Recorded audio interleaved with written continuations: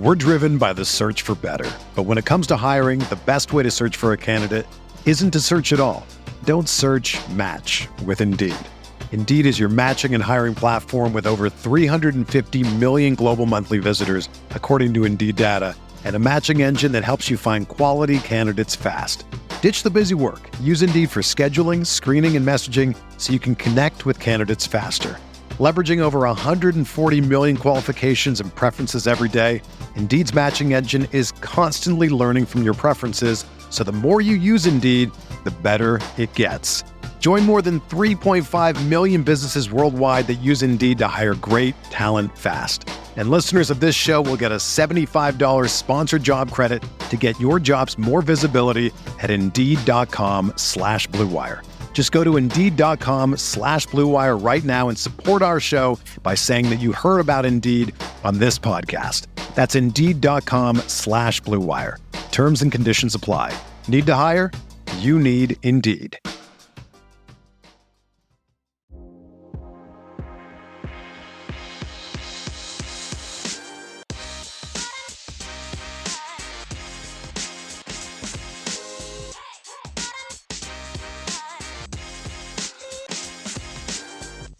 What's up, Cal fans? We are back with another episode of the Bearcast. This is actually a continuation of our last episode previewing the 2022 season. We are, of course, a proud partner of the Blue Wire Podcast Network. Alongside me, I have Rob. Rob, what's happening? It's another podcast. What? We are back. It's another podcast. It's another one. Sorry, is this work for you? No, I'm just saying it's another one. It's another one. Stating facts? Yeah, I'm just stating factual information. This is a podcast, right? We're not live radio. This is another podcast. We are in Emeryville. We are recording at my house. Yes. But to open up the curtain a little bit, like we're recording this podcast like back to back, right? Like after talking about all that stuff, I'm kind of hyped now. Like that might skew how I look at the second half of the season now. So take that into account when you listen to all I have to say about the rest of the season. Let's reflect. Yeah. You said that I'm the mayor of hype. Yep. Folks out there, this is what happens. You spend time with me and then you buy the hype and then Rob gets in trouble for it. Yeah, I just bought like real estate in Andy's like hype village in the metaverse. Like my buddy Charlie, who played rugby at Cal, he and I will go biking, and he'll always ask me, like, how are things looking? Yeah. I'm like, man, this is this is the year. This is the year. And, like, this is the year. Every year, except for last year. And everyone was like, what was wrong with you last year? I was like, I didn't feel it last year. But this year, it was a smart move. Yeah, last year I didn't feel it. This year, I feel it. You feel it. I feel it. Feel it. There's a lot to look forward to. Like,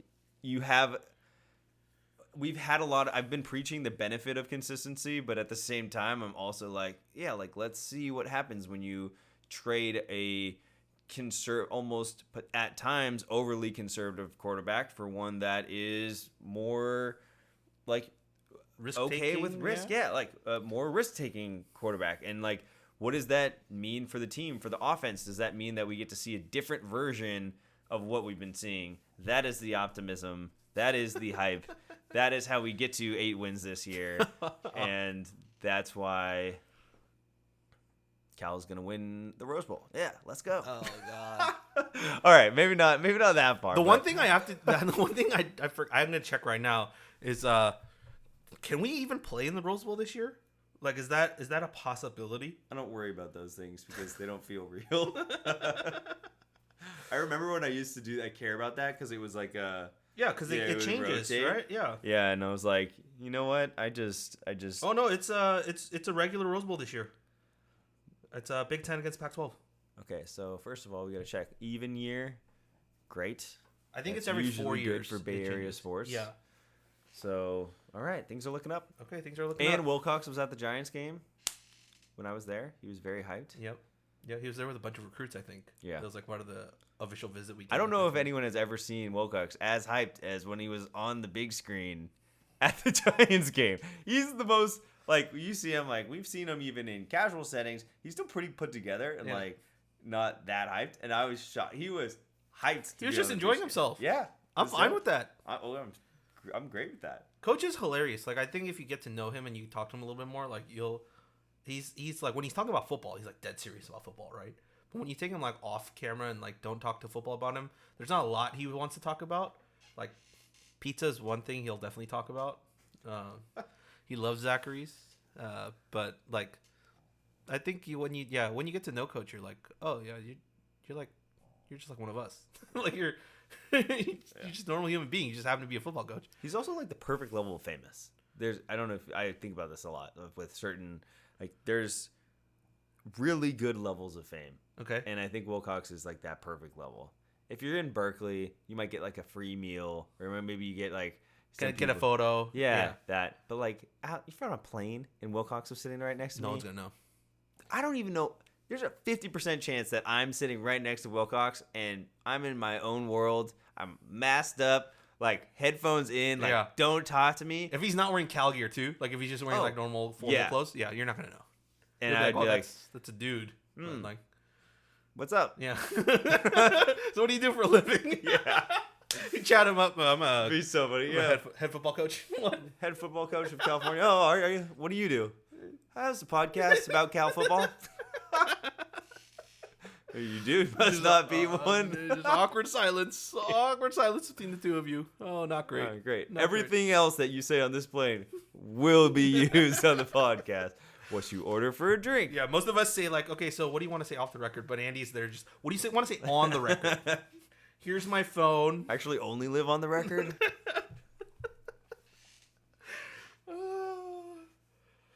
But we digress. But yeah, Wilcox is great. He's a fun person to talk to. I highly recommend, if you get the opportunity to talk to him in any form, in any setting, I highly recommend it. He's really personable too. But yeah, we're talking about the second half of the season. Not really the second half, but kind of the second half. Like, okay, first of all, so we talk. Let's give a slight recap, because they might be listening to this on delay and we're recording this back to back. But you said 4-1 is like the standard. You'd be okay with 3-2, 2-3 probably a disaster, and 5-0 is the pipe dream. Yeah, stretch goal. Yeah, and I am in agreement with that. What do you think of, if that's the case? What do you think of how our bye week is placed? Like, is that a perfect spot? Would you have liked to have seen it somewhere else? Like, is 5 games and then the bye week like perfect? I think perfect world, you put that after Colorado. Oh, really? I'd actually put it after Washington. I am okay with that. Either one of those. Yeah. Because going into that gauntlet of games, I would rather have because we have to play Washington, Oregon, and then at SC. Yeah. I'd want to give one break between the 3 of those games. Yeah. I think that's what I would want. Yeah. So I think that right in that middle of October, it's a little, the first week of October bye week is slightly early. Yeah. And it just kind of depends. Like, bye weeks, we make a lot about bye weeks, and they tend to matter a lot if you're hurt. Yeah. And if not, or if a team is reeling, something like that, a nice reset. But they can matter less if you can stay healthy. Yeah. And, you know, I guess when I first glance at this is, okay, so let's say we can forecast off of the worst case scenario of 3-2. Okay. And say, okay, how do you get your 7? Yep. Because I think that's where a lot of people are at in regards to their predictions, is 6 or 7 wins. So you're probably saying, okay, we need 4. So I'd say Colorado. Your best bets, Colorado, Stanford, UCLA. Your best bets are definitely not UCLA. Colorado, Stanford, Oregon State, and Washington. Colorado, Stanford, Oregon State, Washington. Oh, not UCLA. What evidence do I have that we are going to beat UCLA? Like, yeah, it's at home. That's great. I don't know, man. Like, so okay. UCLA is a weird thing. Like, it should be a toss-up. There's also going to be no one there at the game. Yeah, there's going to be no one. It's already scheduled. It's 1:30 on Fox. on Black Friday. No one's gonna be there. Oh yeah, it's Black Friday. Everyone at our tailgate should just bring their Thanksgiving leftovers. That's what Yeah. should be for breakfast. Thanksgiving Before the game. leftovers. That's so fun that it's the day after. Thanksgiving leftovers, and also you should have portable Wi-Fi so people can buy their things. Stuff. Yeah, buy their stuff. Avoid the store. So yeah, I guess that's not an easy path. Like, That's how you get to just 7. Like your prediction for the season was 8. that's why you need 4-1. Wow. Okay. You kind of have to dominate the early season schedule here. It dictates everything. It's like the second half is so. It's just one of those. I don't know if it's always feels to me as like first and second, or pre-bye week and post-bye week. But if you're not dominating those home games against teams that you should beat, and then adding in a win on the road in Washington State, like, you're putting yourself in a big hole. Now, we get Oregon at home. I've been saying this for a year, or since Cristobal left. Not a year. But Oregon is a beatable team. That is a winnable game at home. I am not buying that hype. I think USC is a loss. I will stay consistent with that. I also think getting Washington at home. We've historically performed pretty well against the Huskies at home. With Wilcox in charge, and once again, the new coach, like, a lot of changes up there. They lost a shit ton of players. Like, I just think, like, those are games like we kind of almost just have to run the table at home. You beat Stanford, you beat Washington, you beat Oregon, and then forget UCLA, right? So don't run the whole table. But if we handle our business at home, then this year should be an 8-win team. If we struggle for whatever reason at Memorial, then I think we're just going to be in for a tough Another run. 5-7 year. Maybe 6-6, but like, that's just not where my expectations are. Like, Wilcox literally turned down the Oregon job. Like, there's, it's just like, it's one of those crazy things that him being so sought after as a head coach by such a big blue blood program sets the expectation that he can indeed take this team to that next level. Yeah, if they believed he could, why can't we believe he can for us? Right. We're in the same conference. Like, and so that's that's the optimistic version of that of spin of that story, right? Yeah. The negative version of that is how those idiots want to take him from us. Like, let them. Like that. That's the negative spin version of that. But here, okay. Big dummies up in Oregon.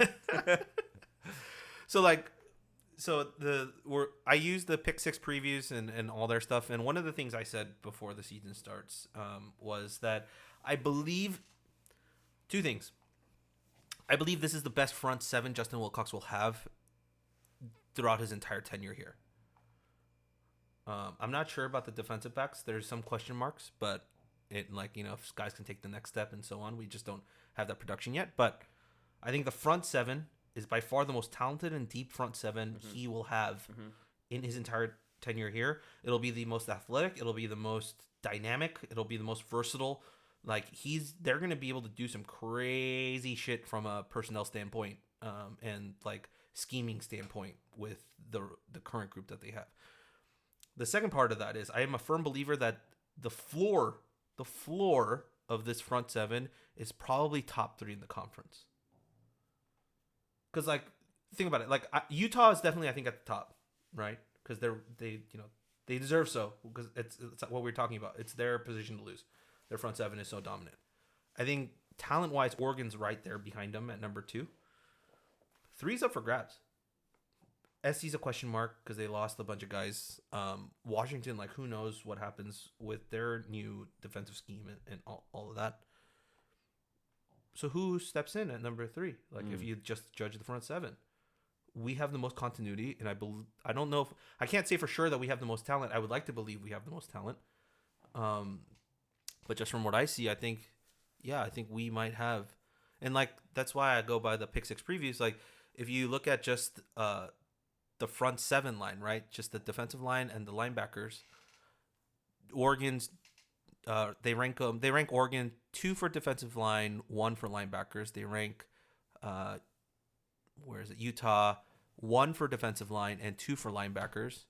And they rank Washington 3 for defensive line and 3 for linebackers. And they rank Cal 4th for defensive line and 4th for linebackers. I'm just going to pull a little bit of a homer card and say I think we're better than Washington. Yeah, exactly. One slips out of that, and then there you go. So that's the first point I want to make. And I think the biggest thing for all of Wilcox's team is the defense carries throughout the entire season. Not carries as in carries the team, but there isn't like a lot of valleys and there aren't a lot of like peaks. It's usually very flatline in terms of production. Like it's very consistent throughout the entire season. Rarely will you see like us absolutely get blown out, and rarely will you see us defensively dominate the game to the point where we don't really need the offense.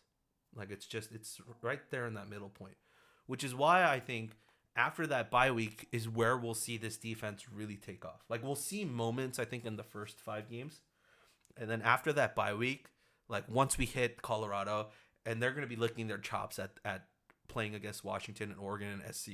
Like I'm not saying like, you know, they're going to beat them or whatnot, but this defense I think has a little bit of a chip on their shoulder, especially guys coming back and some of the newer guys. Like you don't think Brett Johnson is going to try and get someone like killed in the game?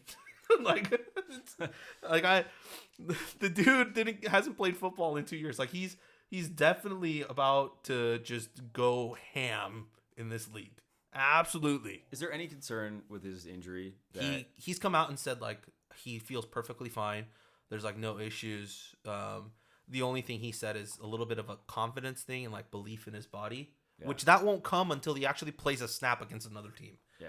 And then the second part of it is he said he's regaining some of his like explosiveness and stuff, but that'll come back in like 2 weeks. Like once he starts playing more football and getting into the football reps, I think that'll be there. But he looks like a man on a mission too. So like how crazy is that? Like he's about to become like a senior and we only have seen him his freshman year fully for a full season.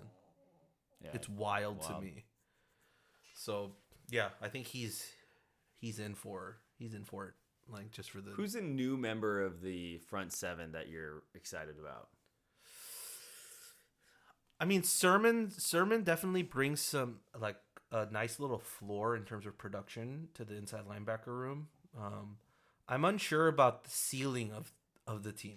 Like I don't know if Sermon's inclusion raises the ceiling of the inside linebacker group. I think the ceiling might have been higher if we were able to give those snaps that we're probably going to give the Sermon to probably one of the younger guys, like a Ruchina or a Trey Pastor. One of those guys to, you know, maybe get it in for next year and the year after. But it definitely does raise the floor because he was, no matter what you say about him, like in terms of his play style or whatever, he was Washington's leading tackler like last season. Like we took it off a direct rival. Yeah.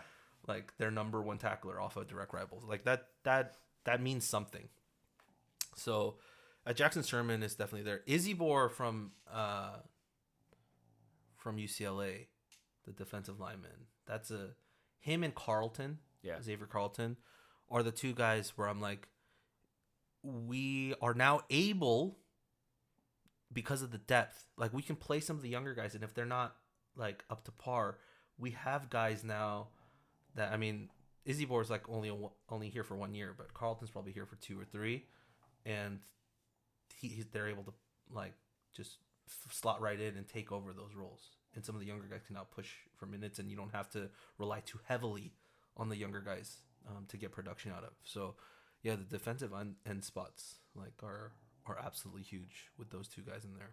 But that's probably who I'm looking at. But all in all, the reason I bring that up is to say, like, I think the defense will carry in the second half, and I think we're going to see a lot of games that are just slugfests.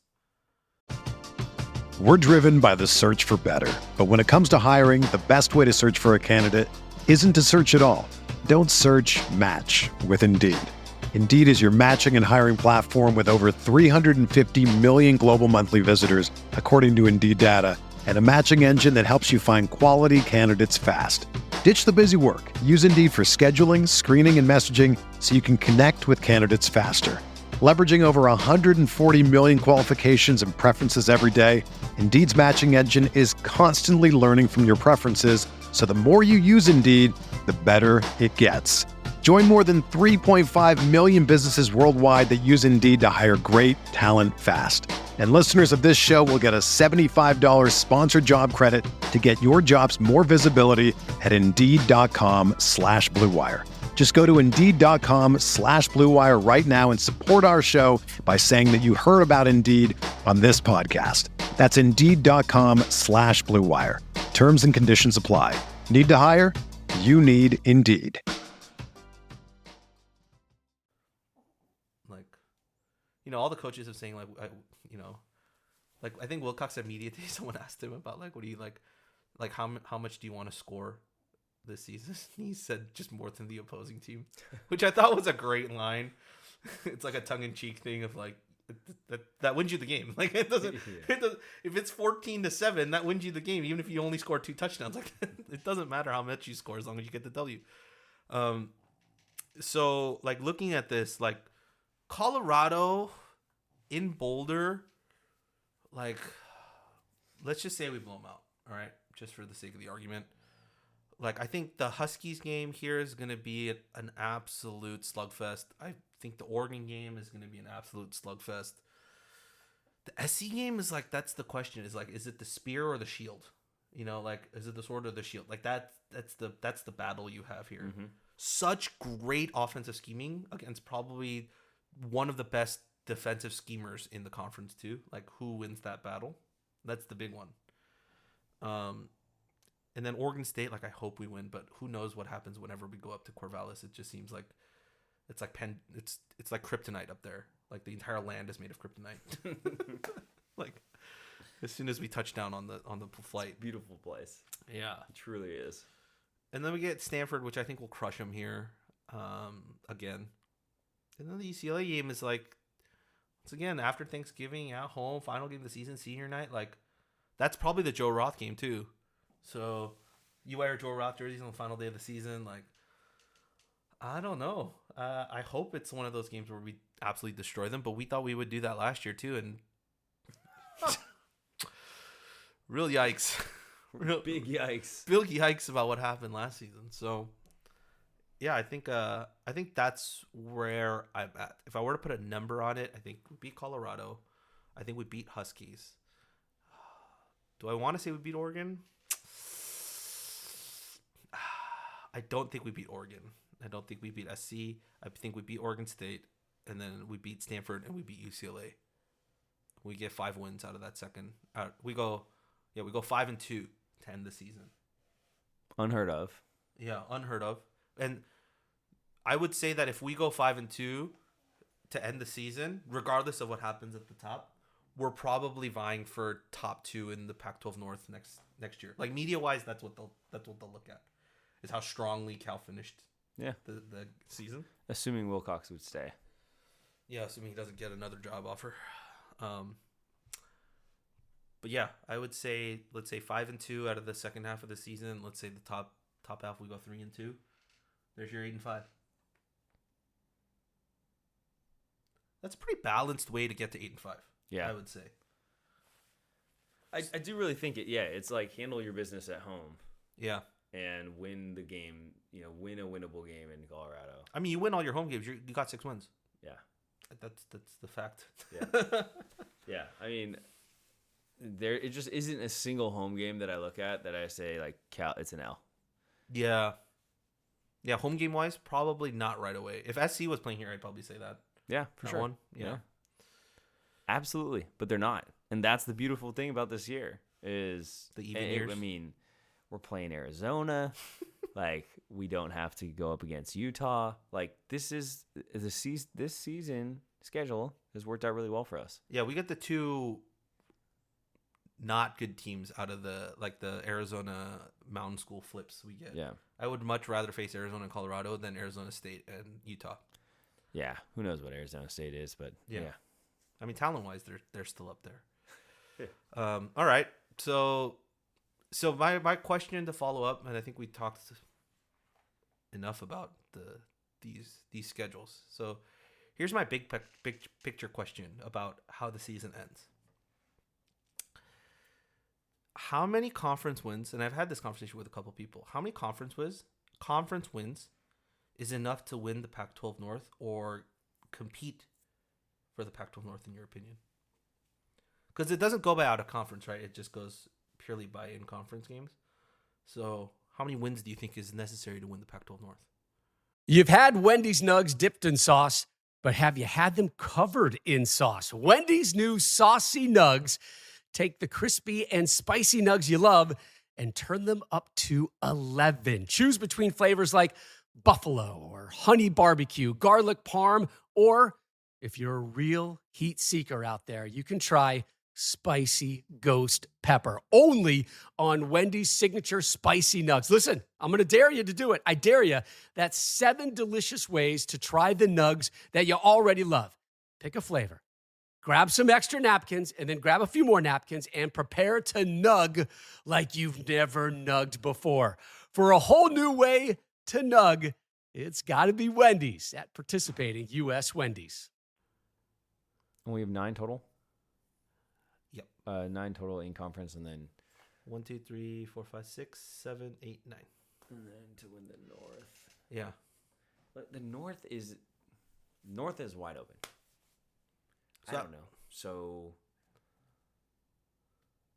4, 5? Is that right? 4 can't be possibly right because that's under 500 in conference play. There's no. It's How do you win under 500? I mean, that'd be wild if under 400 gets you first place. That would be wild, dude. I mean, it seems wide open to me. It's like the NBA when the Eastern Conference teams were like way under 500 still making the playoffs. Yeah, exactly. Like it's just. So yeah, I've been talking about this with someone because if we're saying that Oregon and Washington, right, for the sake of the argument, if we're saying Oregon and Washington isn't as strong as we think Probably other people are going to be, 6. you think it's 6 conference wins? 6 and 3. 6 and 3 gets you the Pac-12 North. Is Oregon going to do better than that? Is my question, because I cannot definitively tell you that Oregon State, Washington, Washington, Stanford, and Washington State are going to do better than that. Oregon's conference schedule, right? At Washington, home Stanford, at Arizona, home UCLA, at Cal, at Colorado, Washington home, Utah home, Oregon State, or at Oregon State. Yeah, it's pretty cush, except for Utah. Yeah, so that you can peg the Utah game as a loss, right? The Oregon Stanford game always ends up being super weird. Are they missing SC this year? Yep. Damn it. They play UCLA. So like if we're saying 6 and 3, so where does the 3 losses come? 4 wins. Like Utah for sure, right? UCLA. You think UCLA and us. And then us, and then we get the tiebreaker. Yeah, we take it. Okay, all right, I can agree with that. Then we look at Washington, right, who's rated to be above us. They got Stanford, and then at UCLA, at Arizona State, home Arizona, at Cal, bye week, Oregon State, at Oregon, home Colorado, at Washington State. Man, that's a pretty easy schedule too.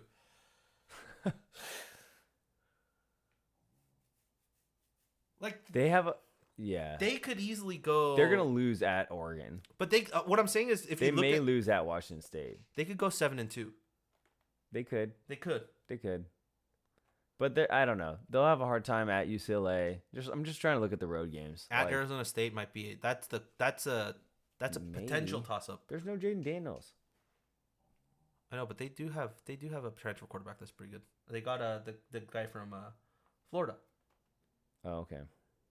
Well, all right. So, yeah, I mean, their road schedule, I think, is harder than Oregon's. Yeah, I would say so. At UCLA, at Arizona, at Cal, at Oregon, at Washington State versus at Washington State, at Arizona, at California, at Colorado. Yeah. At Oregon State. Yeah. I'm just not worried about Washington right now. And maybe I'll change that. But right now. But do you think 6 and 3 gets it? Because if that's what we're saying, I don't think we have 6 conference wins to get us to the Pac-12 North. We get to 8 wins, but we won't. Par for the course.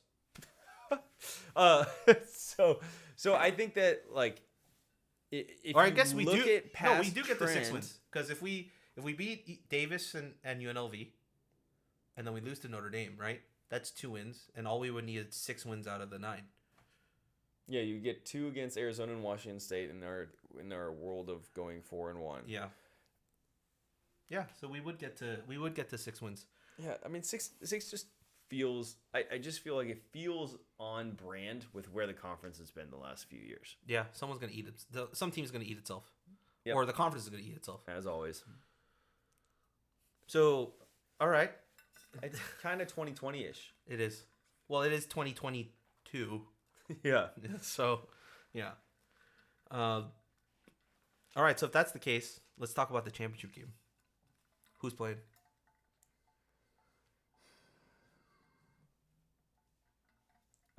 It's probably going to be SC Wow. versus somebody. Wow. I'm so high on SC, dude. I just I know I could pick Utah. I just think it'll be SC. They'll get a middle finger up to the whole conference. I think yeah. And then Yeah. I just don't know. The North, I think, is a total toss up. I'm definitely not saying Oregon because I've been smashing them kind of this entire time. So, I just don't know. The North it's just, to me, it's more open than it's been. Yeah. Why don't we go crazy? Oregon State versus SC. Jeez.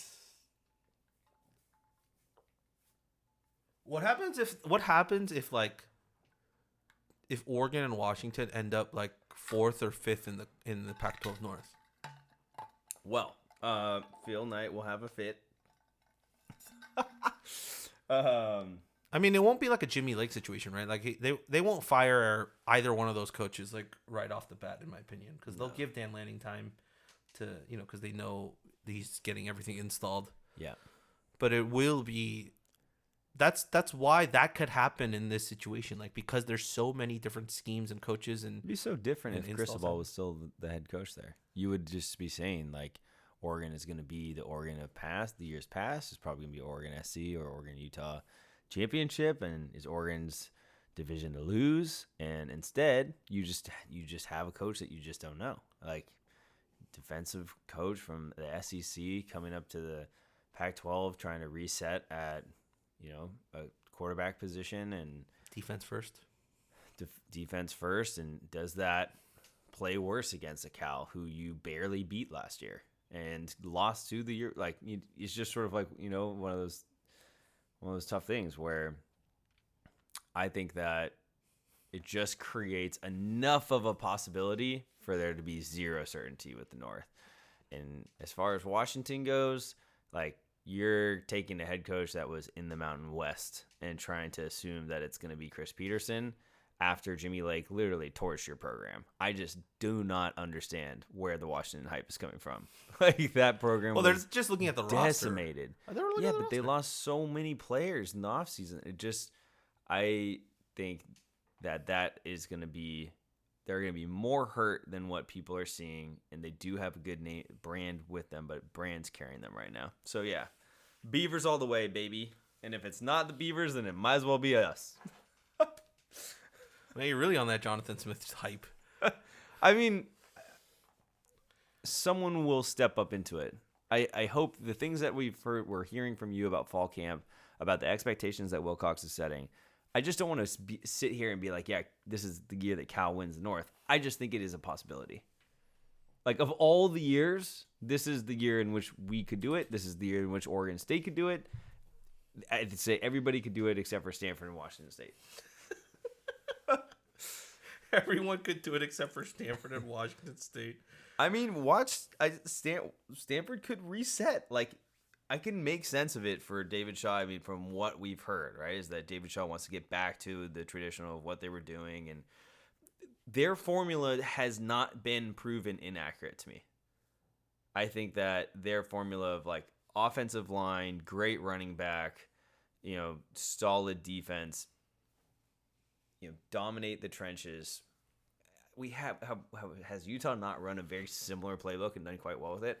I think that it's just one of those things. Like, I would hate for Stanford to come back and be good. I obviously root against that for my entire life at any given time, but it's not one of the things that I would look at and be all that surprised by if they were able to figure some things out. Yeah. To go off like your thing about consistency and standing pat. Like I just finished watching a Korean drama called Stove League, right? And it's a baseball drama about an of like the front office, everything that happens during like the winter before the season starts. One of the things that happens is like there's this big like steroid like PED scandal, and like all these teams like just lose players for like the year, like half the year. And the team that the story follows, like they get none of their players tagged for PEDs, and because they stood pat and all these other teams lost players and got a part of that scandal, drops, which in turn raises your program, because you can't say that it doesn't, because if everyone else is dropping lower, that just makes you rise a little bit higher, right? So like that's kind of where I feel like we're at, is there's so much replacement happening all across the board, but we've been one of the only teams that has stayed, probably outside of Oregon State, and Stanford to a certain degree, like that has stayed consistent. And so I think this might be the year where that actually kind of pays off. To kind of pseudo end, unless you have some, if you haven't some more points you want to talk about, we definitely can. But I got the quote that Wilcox said at Media Days.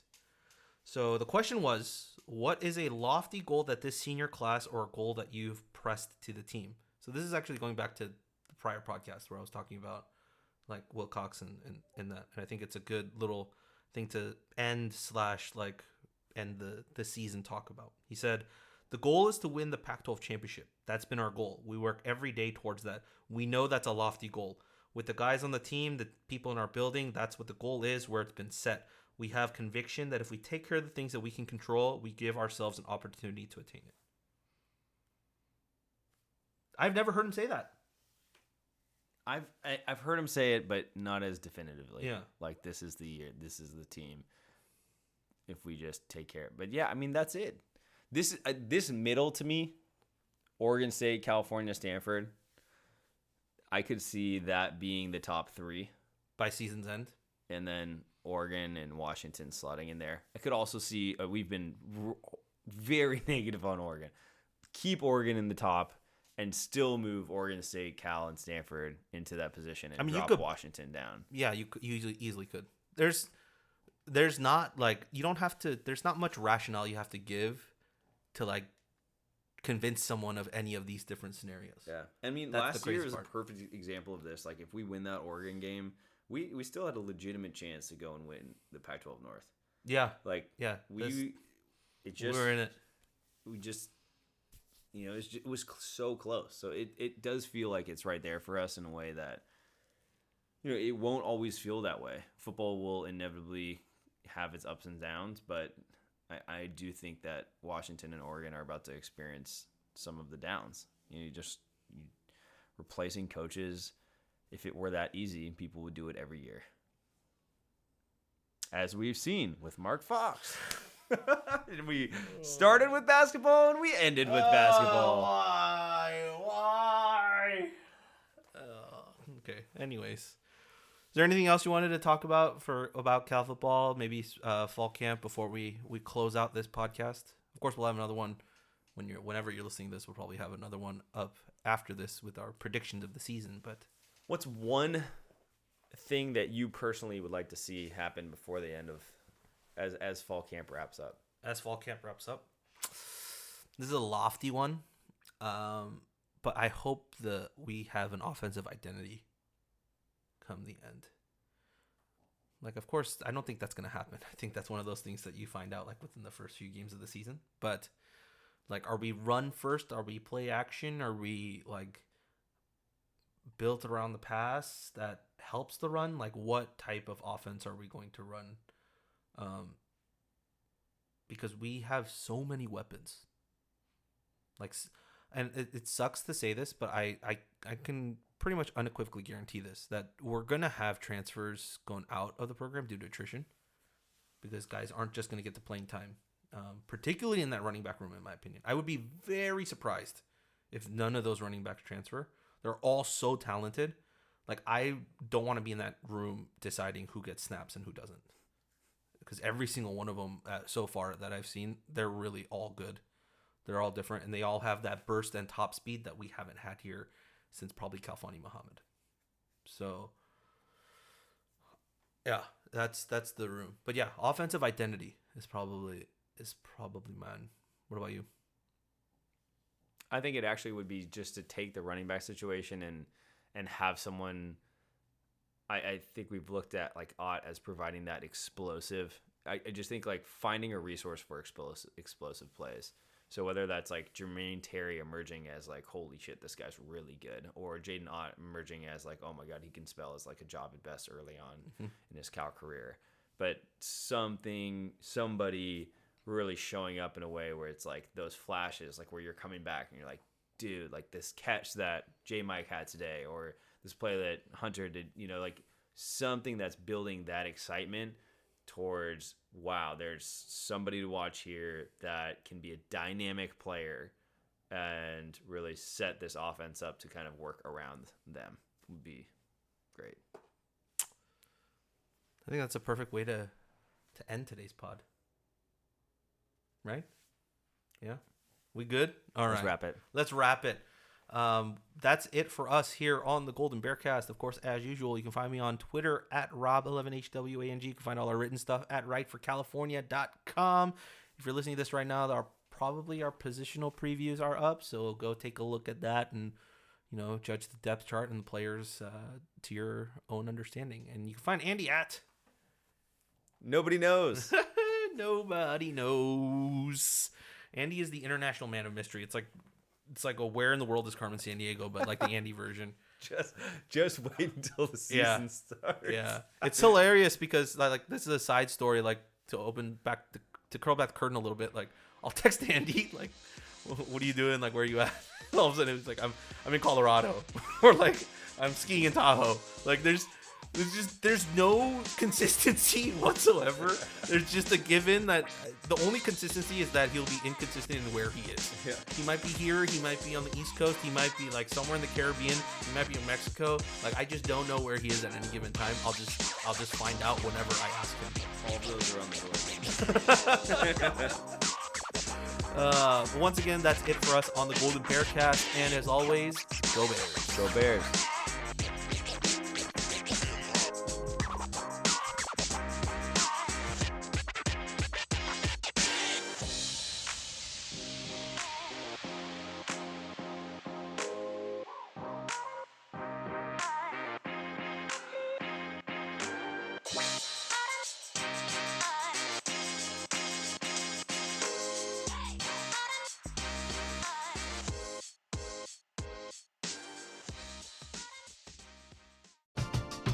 We're driven by the search for better. But when it comes to hiring, the best way to search for a candidate isn't to search at all.